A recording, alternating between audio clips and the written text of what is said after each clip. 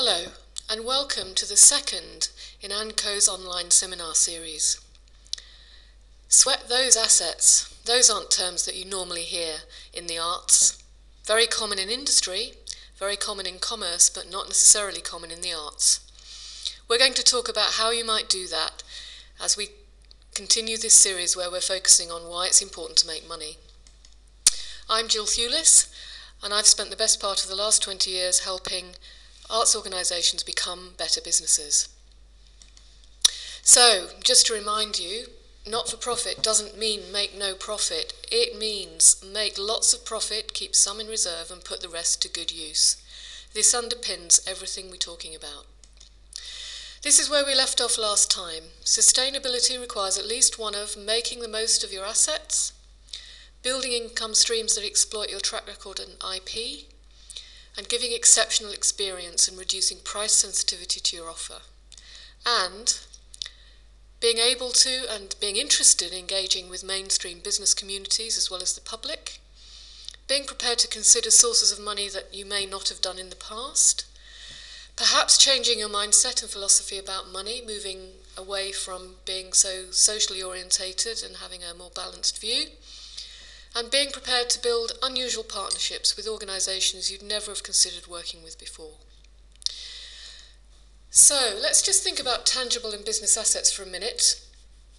If you've got a building, one of the things you can do is make sure that the building effectively pays for itself. Sometimes that might be through purely commercial means in terms of renting out rooms or whatever. Or it may just mean making sure that the building is being used to as close to 100% of its capacity as possible with artistic activity, and making sure that when that activity is being costed, the right allowances are being made for the cost of the use of the building in the budgets. Either way, empty arts buildings are not generating anything, so it's really important to make the best use of your building. The other thing is, buildings can be used as security. If you own your building outright, if you need to finance something, to get something off the ground, it's possible to borrow against them. I'm not saying that people have to do this, I'm just saying that it's not traditionally been the norm within this sector, but it is something that you can consider should you need to attract some capital to develop something.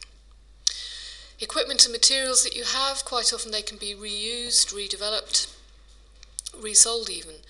And also your archive. If you've been in business for quite a long time, you will have quite a lot of material that you could reuse, and quite a lot of past work, depending on what your art form is. Quite a lot of past work that you can call on, resell, rejig slightly, reuse. And finally, one of your biggest assets is going to be your networks, the people you know, your audiences, your customers, and your contacts. And don't underestimate the power of those. Just because you haven't been in contact with somebody for quite a long time doesn't mean that there can't be value in that connection. IP and track record. Never undervalue this. It's the epitome of your uniqueness as an organisation. It's also quite important in engaging with new people, whether that's funders, whether that's partners, whether that's new business streams. It's very important that you're a safe pair of hands. So what are you expert in? And could you sell this expertise? And when you're asking yourself this question, don't just ask yourself which other arts sectors or arts organisations can I sell my expertise to? Where can you use your expertise outside the sector? Where can you use your expertise where you may be able to charge commercial rates for it? Now this can be quite difficult to get your mind around. It depends entirely on the art form that you're working in. It may be that you can build your connections with the more commercial end of the creative sector.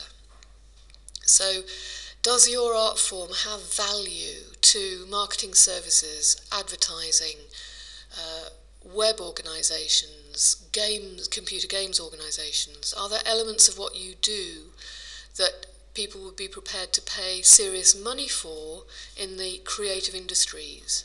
Or are there things that you can sell to other organisations outside the sector? Are there things you can teach organisations in the commercial world? Sometimes it takes a bit of time to think about this and think in the round, but it's important to step outside of your own world for a bit and just explore that. Knowing your track record in detail, if you haven't documented it, then it's really important to do that.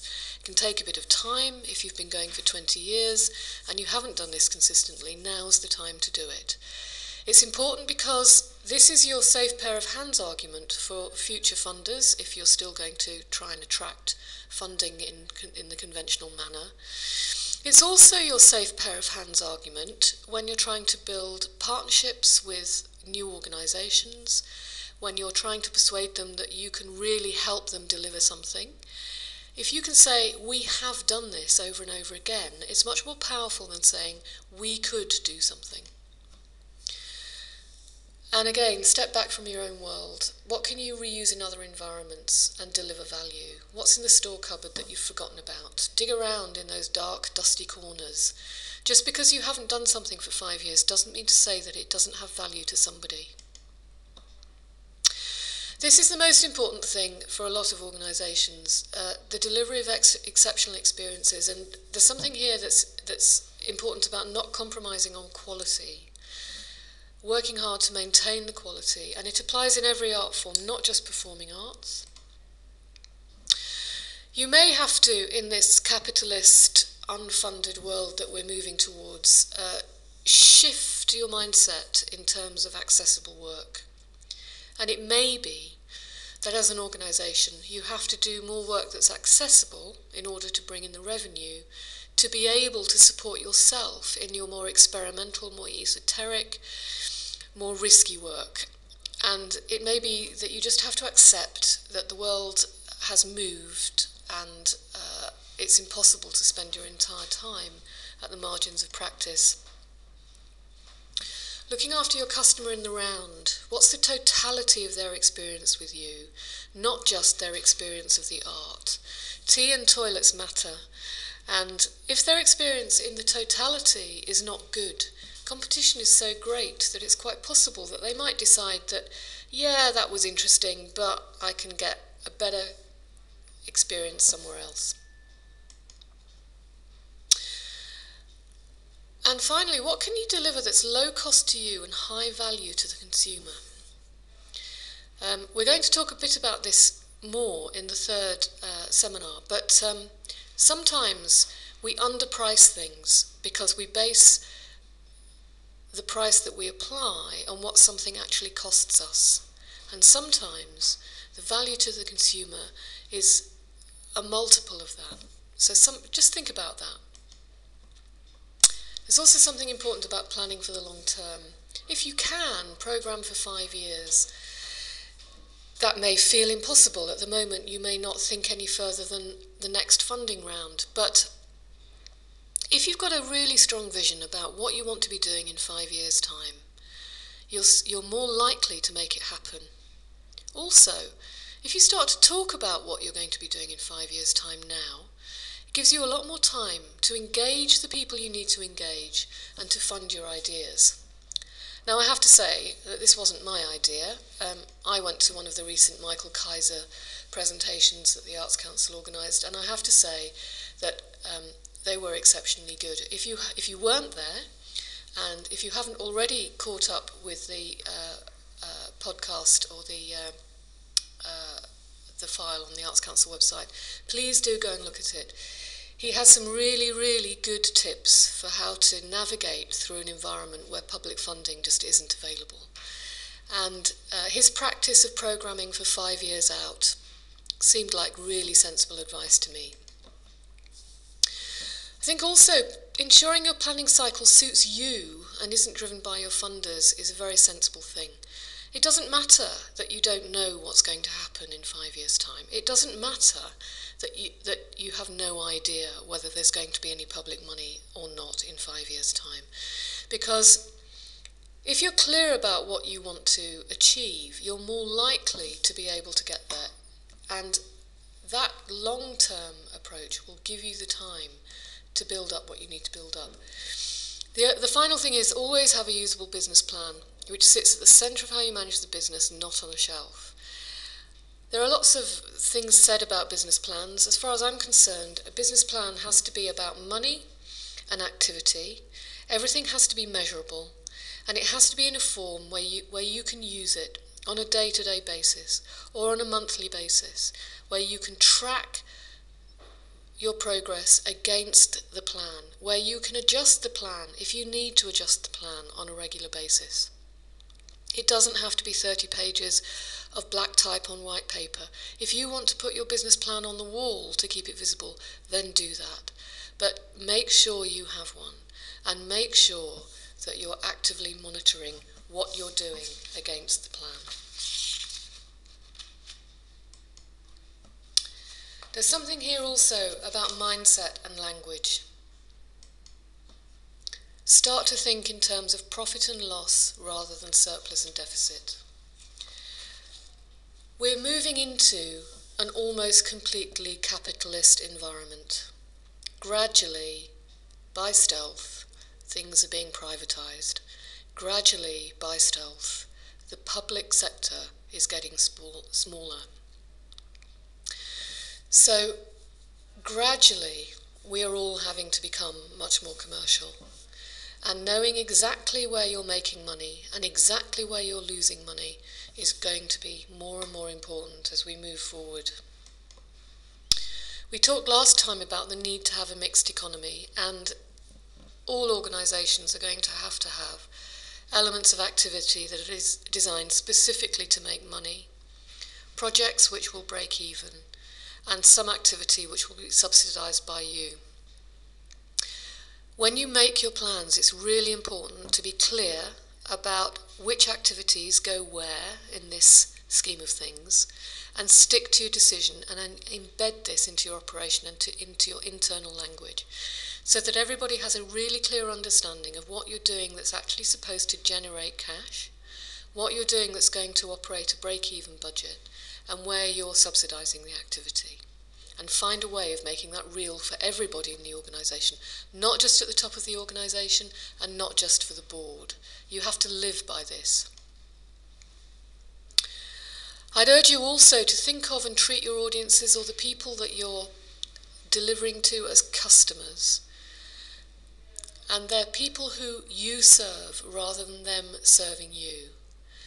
And always think about how you can serve them better. How can you make that experience of you even more excellent? That contributes not just to your ability to charge more if you charge directly for what you do, or even charge more if you charge indirectly for what you do. If you're delivering projects that are being paid for through a variety of means, but where the beneficiaries are the local community, how do you make sure that the local community give you such strong feedback that there is no option but to keep on doing what you're doing? Serving them better is really important. You've also got to be prepared to say no when an activity is not financially viable, and stand your ground and negotiate if you can. So, in a situation where you're being asked to deliver far more than you can for the budget, you really have to be able to say no, or to say, if you've only got this amount of money, what you can have is this proportion of the project. As a sector, we have a tendency to over-deliver, and financial viability is all about making sure that you only deliver what you're being paid to deliver. This is a shift in mindset for quite a lot of people. And if actually it's not viable, walk away. Quite often, organisations are asked to do things at rates which actually only sole traders can afford to do. And again, we're going to come back to this in the third seminar, but hold your ground. And again, step outside your comfort zone and engage with the mainstream. It's full of possibility. If you can get your head around what it is you can offer from your expertise and from your knowledge, and how you might be able to apply that in other environments, then you may be able to generate streams of income that you hadn't previously thought of. So, think about that. How do you need to change your language? How do you need to change your mindset? How do you build your mixed economy in your own organisation in order to thrive? Next time we're going to talk about how you build value, how you make sure that you get value for what you're delivering, and talk about pricing. In the meantime, if you've got any questions about what we've talked about today, then by all means contact us. Otherwise, I look forward to seeing you next time.